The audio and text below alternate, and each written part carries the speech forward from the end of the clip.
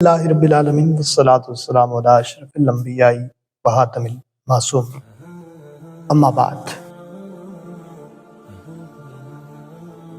سامعین و ناظرین، کیا ہم نے سوچا، اس بات پر تدبر کیا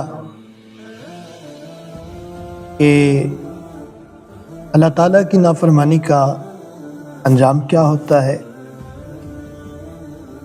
جب اس کی حدود کو پامال کیا جائے؟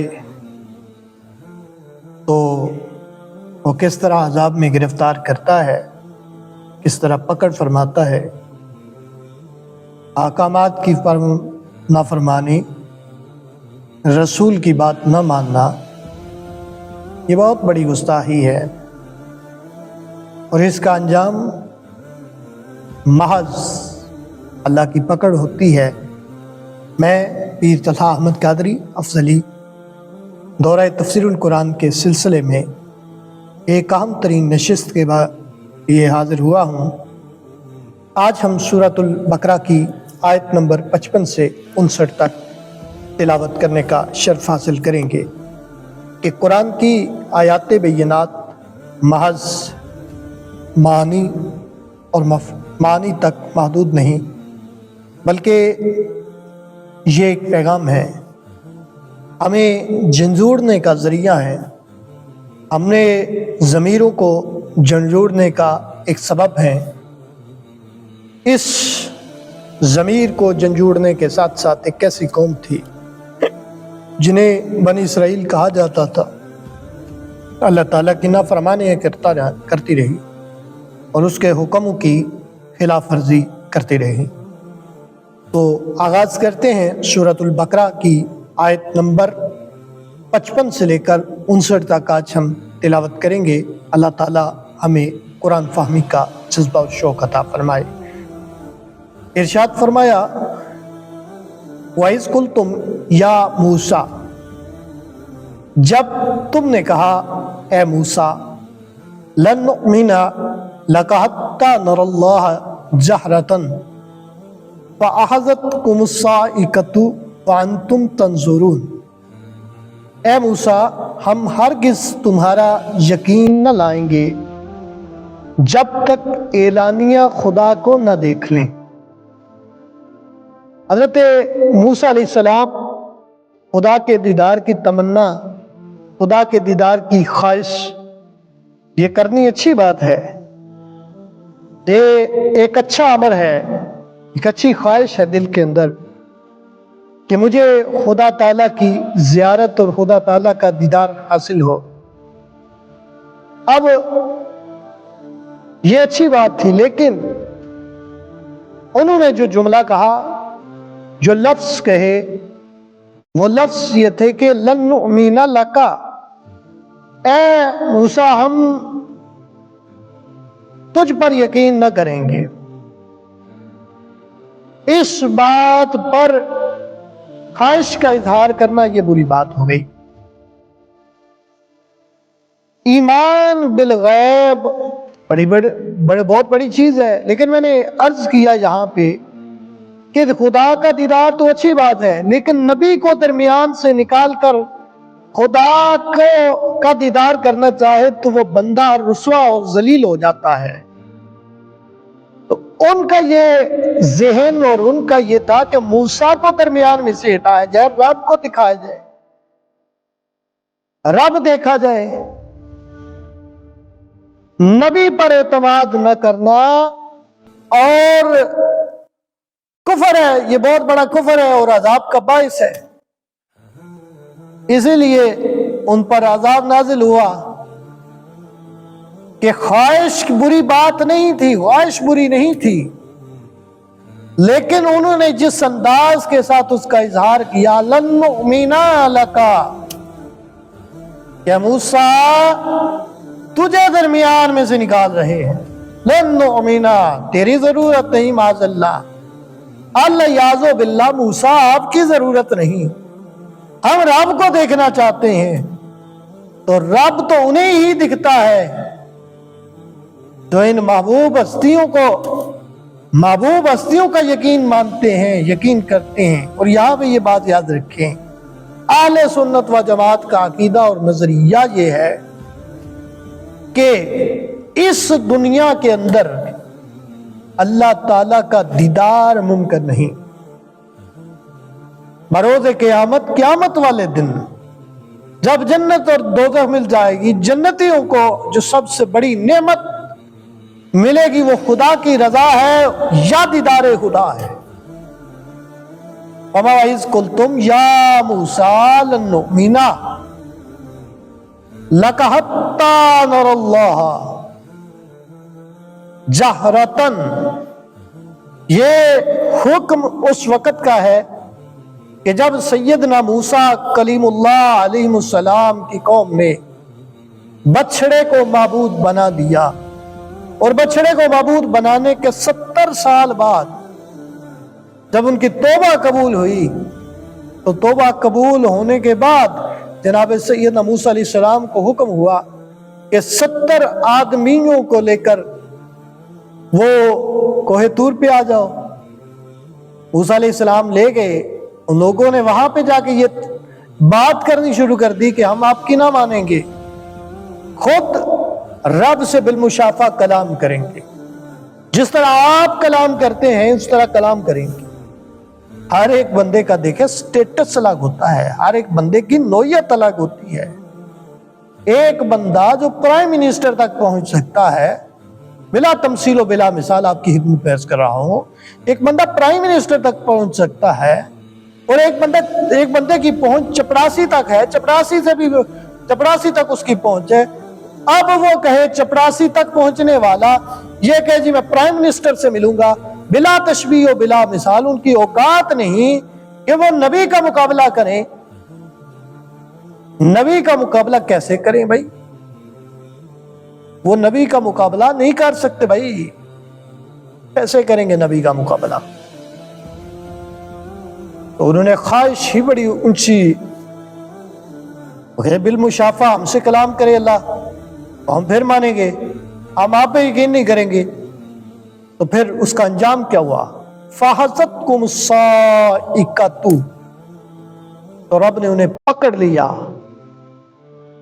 اور ایک کڑک بجلی نے انہیں آ گھیرا۔ وَأَنْتُمْ تَنْظُرُونَ، اور تم دیکھ رہے تھے، تم دیکھ رہے تھے۔ یہ عذاب الہی تھا کہ موسیٰ کلیم اللہ علیہ السلام کو درمیان میں سے نکالا جا رہا ہے، درمیان میں سے جناب موسیٰ کو نکالا جا رہا ہے۔ اب کو یہ گوارا نہیں ہے کہ میرا موسیٰ درمیان میں سے نکلے، میرا کلیم درمیان میں سے نکلے۔ میرے کلیم کو یہ مائنس کرنا چاہتے ہیں، یہ نہیں ہوگا، اور ان کی اوقات نہیں ہے اس بات پہ، اوقات نہیں ہے ان کی۔ تو یہ کیا باتیں کر رہے ہیں؟ فرمایا فَأَخَذَتْكُمُ الصَّاعِقَةُ، پکڑ لیا آگ نے، کڑک نے، بجلی نے آ کر ان کو پکڑ لیا۔ وَأَنْتُمْ تَنْظُرُونَ، اے موسیٰ تم دیکھ رہے تھے۔ ثُمَّ بَعَثْنَاكُمْ مِن بَعْدِ مَوْتِكُمْ لَعَلَّكُمْ تَشْكُرُونَ، پھر مرے پیچھے ہم نے تمہیں زندہ کیا کہ کہیں تم احسان مانو۔ اب بات تو کر چکے تھے کہ دیدار ہوگا، کڑک نے آ لیا، اب دوبارہ سے زندگی دی۔ زندگی ملی کس کے توسل سے اور کس کی خواہش پہ تمہیں زندگی میسر آئی؟ موت، مر چکے تھے تمہیں دوبارہ اٹھایا گیا، لقمہ اجل بن چکے تھے، رب نے پھر تمہیں زندہ کیا۔ اب موسیٰ علیہ السلام نے جب یہ دیکھا نا منظر، تو بارگاہ خداوندی میں عرض کی، مولا ان کو میں لے کر آیا ہوں، یہ بنی اسرائیل کے جو بندے ہیں کہ وہ مجھے الزام دیں گے کہ بندے لے کر گیا تھا، قتل کر دیا، مار دیا۔ تب رب تعالیٰ نے انہیں زندہ کر دیا۔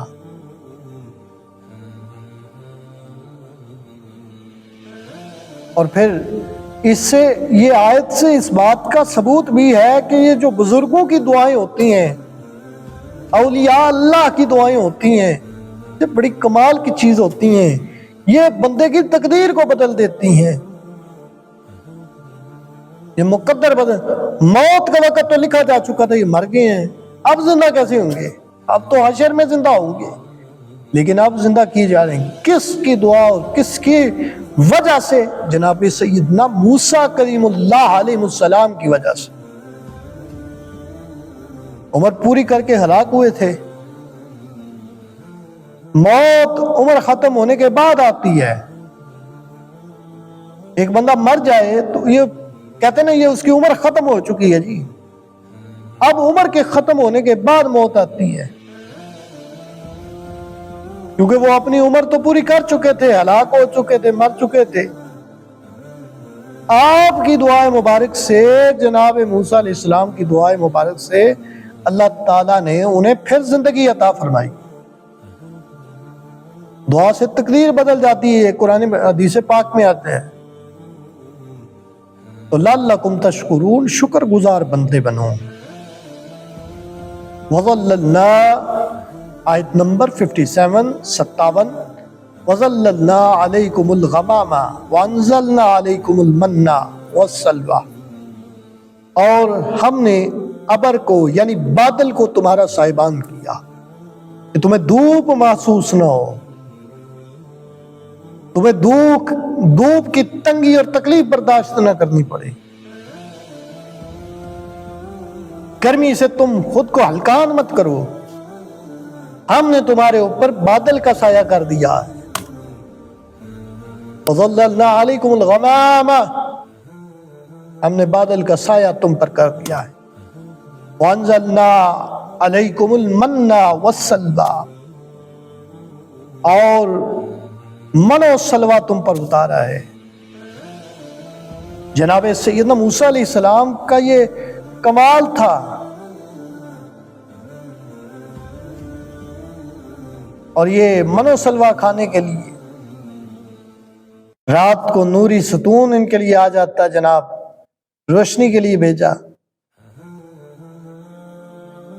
اور یہاں تک مفسرین نے لکھا ہے، یہاں حکم یہ تھا کہ موسیٰ علیہ السلام نے واپس آ کر بنی اسرائیل کو حکم الہی سنایا کہ مصر سے نکل جاؤ، شام میں جاؤ، قوم عمالقہ سے جنگ کرو، ان سے لڑو، وہیں آباد ہو جاؤ، جہاد کرو۔ تو رونا دھونا شروع کر دیا۔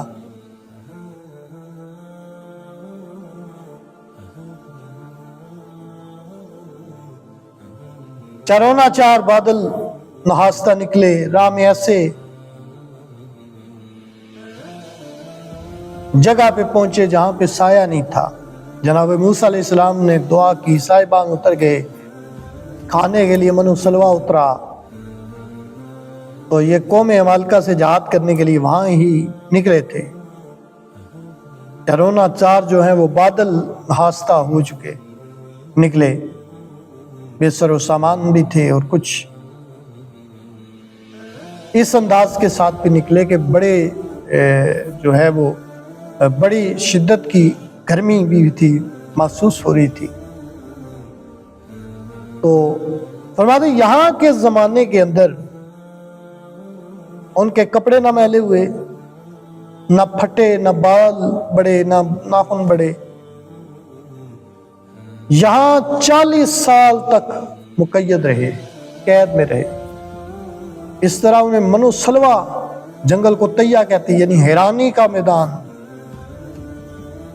وَأَنزَلْنَا عَلَيْكُمُ الْمَنَّ وَالسَّلْوَىٰ كُلُوا مِن طَيِّبَاتِ مَا رَزَقْنَاكُمْ، کھاؤ اور پیو، کلوا من طیبات، کھاؤ جو پاکیزہ اور ستھری چیزیں ہم نے تمہیں دی ہیں، من و سلوہ تمہیں دیا، کھاؤ پیو، موج کرو، عیاشی کرو، ما رزقناکم، جو کوئی ہم نے تمہیں دیا۔ وما ظلمونا ولکن کانوا انفسهم یظلمون، ہاں انہوں نے ہمارا کچھ نہیں بگاڑا، لیکن اپنی ہی جانوں کا بگاڑ کرتے رہے، اپنی ہی جانوں پہ وہ ظلم کرتے رہے، اپنی ہی جانوں کا وہ نقصان کرتے رہے۔ مطلب کیا تھا کہ من السلوہ جمع کرنے کی ممانعت تھی کہ کھاؤ پیو، یہ من السلوہ اترے گا، روزانہ اترے گا، انہیں جمع مت کرو۔ ذخیرے جمع کیے، سڑ گئے، گل گئے۔ اور مفسرین فرماتے ہیں میٹھا حلوہ تھا من جو ہے نا، من السلوہ، من ایک میٹھا حلوہ تھا اور سلوہ نمکین گوشت تھا۔ تو فرمایا پاکیزہ چیزوں میں سے کھاؤ، جمع نہ کرو۔ وَمَا ظَلَمُونَا وَلَكِنْ كَانُوا أَنفُسَهُمْ يَظْلِمُونَ، ہمارا کچھ نہیں بگاڑا انہوں نے، کچھ نہیں بگاڑا ہمارا انہوں نے، اپنی بگاڑ میں پیدا ہوتے رہے، اپنا ہی بگاڑ کرتے رہے نا۔ جس حکم سے، جس بات سے منع کیا گیا، یہ وہ دعائی کرتے رہے۔ آگے ارشاد فرمایا وَإِذْ قُلْنَا ادْخُلُوا هَٰذِهِ الْقَرْيَةَ، اور جب ہم نے فرمایا نا اس بستی میں جاؤ، آزاد ہونے کے لیے، آزاد ہونے کے بعد جو ہے نا طیہ، وہ میدان جو بستی میں نے عرض کی، اس سے آزاد ہونے کے بعد انہیں بیت المقدس میں جانے کا حکم دیا گیا، یا مفسرین فرماتے ہیں عریحہ جانے کا حکم دیا گیا، جس میں قوم عمالقہ جس کے ساتھ جنگ کرنی تھی، آباد تھی، اسے خالی کر گئی تھی۔ وہاں بے باغات جو تھے، وہ میوے تھے، بہت کثرت سے ملتے تھے۔ ہمارے بستی میں چلے جاؤ، تمہارے لیے میدان صاف ہو چکا۔ فَقُلُوا مِنْهَا حَيْثُ شِئْتُمْ رَغَدًا وَادْخُلُوا الْبَابَ سُجَّدًا، پھر اس میں جہاں چاہو بے روک ٹوک کھاؤ، بے روک بے ٹوک۔ کوئی کسی کو، یہ باغات ہیں میووں کے، بڑی بڑی عمدہ چیزیں ہیں اس میدان کے اندر اور اس جگہ کے اوپر، بیت المقدس میں یا عریحہ کے مقام پہ، تو یہاں سے کھاؤ پیو، اللہ کا شکر ادا کرو۔ تو فرمایا کہ وَادْخُلُوا الْبَابَ سُجَّدًا، اور دروازے میں سجدہ کرتے ہوئے داخل ہو، سجدہ کرتے ہوئے، تعظیماً تو سجدہ کرتے ہوئے داخل ہو، ادب کے ساتھ داخل ہو۔ اب ان کی پہلی نافرمانی یہ کہ کہا تھا سر کے بل سجدہ کرتے ہوئے اس بستی میں داخل ہو، انہوں نے پیٹھ کے بل چل کر وہاں سے اللہ کی نافرمانی کی۔ وَقُولُوا حِطَّةٌ، اور مفسرین فرماتے ہیں کہ انہیں کہا کہ لفظ حِطَّةٌ کہو، جب سجدہ کر چکو تو حِطَّةٌ کہو، اے خدا ہمارے گناہ معاف فرما، معاف ہو، نغفر لکم خطایاکم وسنزید المحسنین۔ تو فرمایا کہ ہم تمہاری خطاؤں کو بخش دیں گے، خطائیں معاف کر دیں گے، اور قریب ہے کہ نیک والوں کو، نیکی کرنے والوں کو اور زیادہ دیں۔ یہ رب کی حکمت ہے کہ اور زیادہ دے۔ اب ان کا طریقہ کار کیا تھا؟ فَبَدَّلَ الَّذِينَ ظَلَمُوا، تو ظالموں نے اور بات بدل دی۔ فَبَدَّلَ الَّذِينَ ظَلَمُوا، ظالموں نے اور بات بدل دی۔ اب جو حکم تھا حِطَّةٌ کہنے کا، وہ شاہ کامل کا تھا، وہ اللہ کے نبی کا تھا۔ اب یہاں مفسرین یہ بھی بات فرماتے ہیں، فرماتے شیخ جو وظیفہ دے دینا اس میں رد و بدل نہ کر، اس کے الفاظ نہ بدل، شیخ سے جو ملا ہے وہ اس پہ عمل کر۔ اب ان لوگوں نے حِطَّةٌ کی بجائے حِنطَةٌ کہنا شروع کر دیا، نون بڑھا دیا۔ اس بدلنے کو اللہ تعالیٰ نے ظلم قرار دیا اور مستحق عذاب قرار دیا، کہا اب تم مستحق عذاب بن چکے ہو، تم نے رب کے حکم کی نافرمانی کر دی۔ قولا غیر الذی قیل لہم فانزلنا علی الذین ظلموا، تو ہم نے آسمان سے ان پر عذاب اتارا، ہم نے ان پر عذاب اتارا۔ اب عذاب کیا تھا، کس نوعیت کا تھا، وہ اللہ اور اللہ کا رسول بہتر جانتا ہے کہ وہ نوعیت کیا تھی۔ لیکن دوستان محترم، عزیزان من، انہوں نے اللہ کے حکم کی نافرمانی کی۔ 24,000 کے قریب مفسرین لکھتے ہیں 24,000 بنی اسرائیلی ہلاک ہوئے۔ 24,000 طاعون کی بیماری پھیل گئی۔ وَأَنزَلْنَا عَلَى الَّذِينَ ظَلَمُوا رِجْزًا مِّنَ السَّمَاءِ، تو ہم نے ان پر آسمان سے بادل اتارا۔ طاعون بنی اسرائیل پر عذاب تھا۔ طاعون پھیلا، یہ نبی پاک صلی اللہ علیہ وسلم کی حدیث پاک کا مفہوم ہے کہ جہاں طاعون آ جائے وہاں سے باہر نہ نکلے، نئی جگہ میں طاعون آ جائے تو وہاں سے بھاگے نہ۔ کہ معلوم یہ بھی ہوا کہ یہ جو ان کے لیے عذاب تھا نا، یہ نافرمانی کی وجہ سے تھا، گناہوں کی وجہ سے بلائیں ان پر نازل ہوئیں، بیماریاں آتی تھیں۔ بما کانوا یفسقون، ان کے بدلہ ان کی بے حکمی کا۔ یہ چند آیات صرف الفاظ پر مشتمل نہیں، معنی پر مشتمل نہیں، یہ ہمارے لیے ایک پیغام ہے۔ ہم اس پیغام کو سمجھیں۔ یہ صرف بنی اسرائیل کا ایک واقعہ نہیں، بنی اسرائیل کے حالات اور واقعات نہیں، یہ ہماری حالت اور احوال ہیں۔ کیا ہم اپنے گریبان میں تھوڑی دیر کے لیے جھانکیں؟ کیا ہمارے احوال اس طرح کے تو نہیں کہ ہم بھی تو رب کی نافرمانی تو نہیں کر رہے؟ کہیں ہم بھی رب کے حکم کے حکم عدولی تو نہیں کر رہے؟ کیا ہم اپنے رب کو ناراض تو نہیں کر بیٹھے؟ حکم دیا تھا جاؤ جہاں سے غیر حاضر ہیں، اور جہاں کہا تھا نہیں جانا وہاں پہ حاضر ہو رہے۔